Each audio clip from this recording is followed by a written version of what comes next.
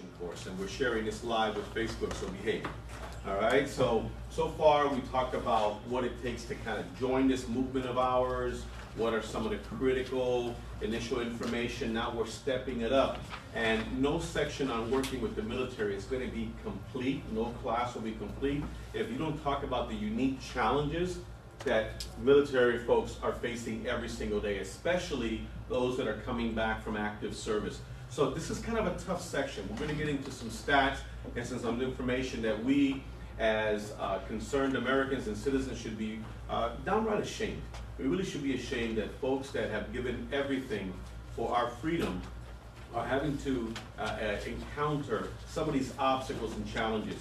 So number one, let's go ahead and talk about, in this case, the homeless situation. Now actual numbers are really difficult to get because how do you go ahead and reach these individuals? But according to a report released by the U.S. Department of Housing and Urban Development, HUD, in 2014, estimates that there are nearly 50,000 homeless vets in America. So it's hard to get. It could be as high as 200,000 homeless vets. 92% are male. So we know that a lot of folks that are facing the homeless situation have different mental issues, emotional issues, financial issues.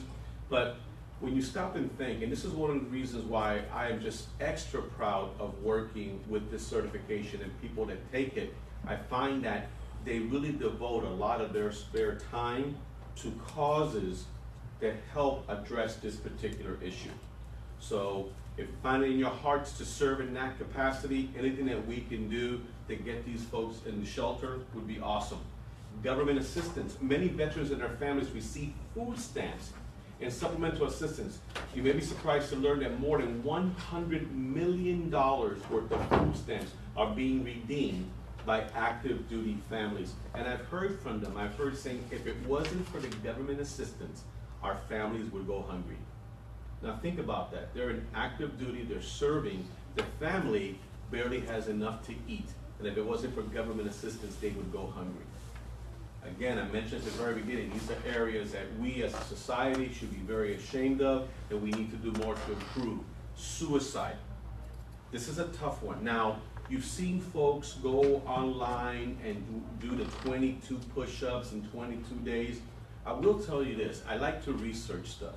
And the number 22 in terms of is the suicide rate daily that high, it's not really confirmed. I think it's a great political talking point and it gets people's attention, and I'm all for getting people's attention because one is too many. But I do not believe that the number, based on everything I've read, is that high. But check this out, veterans have a 50% higher suicide rate than those that did not serve. And it gets worse for women. Women commit suicide at 12 times the rate of non-veterans. More soldiers who served in Vietnam have committed suicide than those that lost their lives fighting in Vietnam. Okay, sickening. So folks, I didn't serve, a lot of you didn't serve. We're sending kids out there, really kids, 18 and 19 years old, and they're seeing horrors that most of us, thank God, will never ever have to face in one day. You know, this has been called, the PTSD that we'll get into, has been called different things. We'll talk about that in a second. But this is something that you have to be aware of. I mean, they're dealing with a lot of emotional baggage and issues. And unfortunately, as a society, we're not doing enough. We're not devoting enough resources to help people get through this. The divorce rate is astronomical. The good news is getting a little bit better, but think about it. You're deployed for 12 months, 18 months, multiple tours. What does that do to a family? And you know, what often happens is the person comes back. It's not, you can't say the man comes back. No, many women are serving as well. What has the spouse had to do during that time? They've had to learn how to live without that person. And you know what, when the other person gets back and you see those scenes at the airport and everyone's hugging and kissing and everything, no one really covers it beyond that. And there's an adjustment period. The person coming back can't relate to anybody around them. The person that was holding the household together may feel like, I don't know if I really need you like I thought I needed you before. So the end result is we have, among professions, we have an astronomically high divorce rate. More needs to be done. Depression, okay? Within our military, whether active or veteran, the rate of clinical depression is higher than any of the civilian population. Because again, it's the horrors that they've seen. Unemployment is significantly high in this area. And you know what? How many of you are old enough to remember the movie, the Stallone movie where he was a Vietnam veteran and came back? Rambo, thank you. And there was one scene when he says that I was entrusted with driving multi-million-dollar equipment. And they come back to the life here and they can't get any kind of employment at all. The reality is a lot of the skills that are learned in the military are not necessarily transferable, at least initially, into civilian life. So we do see a lot of military personnel enter law enforcement. That's kind of like a given. It works real well, but they do suffer. The highest employer for vets is actually the post office. The post office is the biggest employer of veterans. So, and you see the campaigns now, you've heard it on TV, you've heard it on the radio, where like, hey listen, if all things are equal, would you go ahead and consider hiring the veteran? Is there a segment of the population that has demonstrated that they can be more reliable than someone that served? That understand the value of showing up on time, getting the job done correctly with pride? So, whenever possible, encourage entrepreneurs and companies to go ahead and give these vets a chance so that they can go ahead and get hired, okay? PTSD, it's the leading cause of suicide, depression, and divorce among the military. Now, steps have been taken, but not enough. Now, this has been called different things. Back in the day, they called it shell shock, okay? And there's been other terms for this as well. And I try to do a little bit of research and going, why is this like so prevalent now? And we didn't hear so much about this, like say after World War II. Well, it was definitely there. But what am I, and again, I'm no expert in the field, but folks that were going into World War II, for example, tended to be older. So they were a little bit more mature, and they maybe could cope with some of these challenges better. We're sending 18 and 19-year-old boys into war, and it's horrific, and they don't know where the enemy is. It's not facing them across the other side of a wall, and they're seeing things that we can't even begin to imagine. Question? Small comment also. I think the people who went to World War II, when they came back, they were treated as heroes. Yes. Okay, because they liberated yes. Europe and now. No, but I respectfully disagree. Especially the people from Vietnam. Well, we talked about that earlier. The most shameful period in our nation's history, I believe, when it comes to our military, is how we treated people coming back from Vietnam. But now we are in a very, very military-friendly environment right now. But here's the difference, and this might help explain some of this. You mentioned World War II. During World War II, we had almost as many as 20 million people that served, all right? That represented a significant percentage of our population, maybe 12 to 13%. So in any gathering, a lot of people had served. Right now, our military represents less than 2% of people that have served.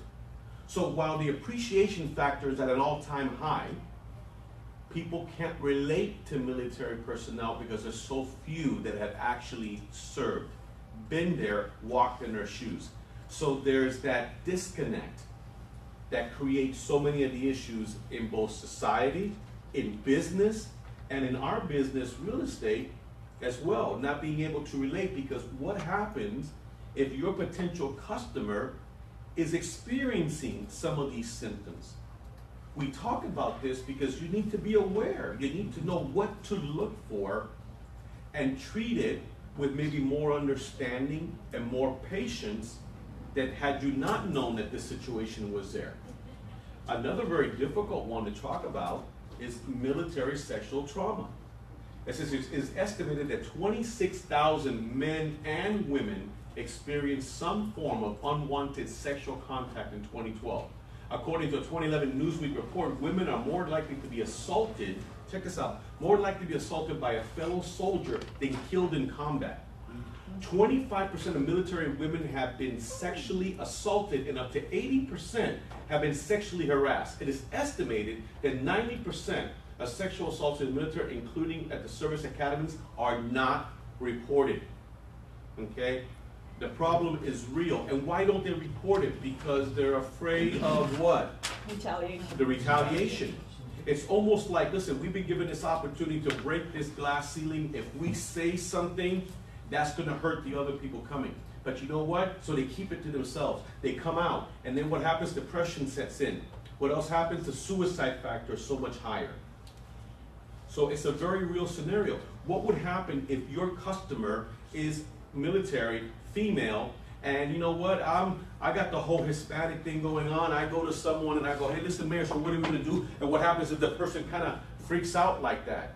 Okay, I may need to be aware, wait a minute, there's something there that happened, and guess what? Maybe from a trust factor, because of what that person's been through, I'm not the right real estate agent to service that person. It may be better for me to go ahead and find someone else that I can bring into the equation and say, look, for some reason, or I suspect this reason here, I think maybe you'd be a better individual to go ahead and work with them. Takes courage to do that. Step back and make sure that person is being helped. The other problem is prescription drug addiction.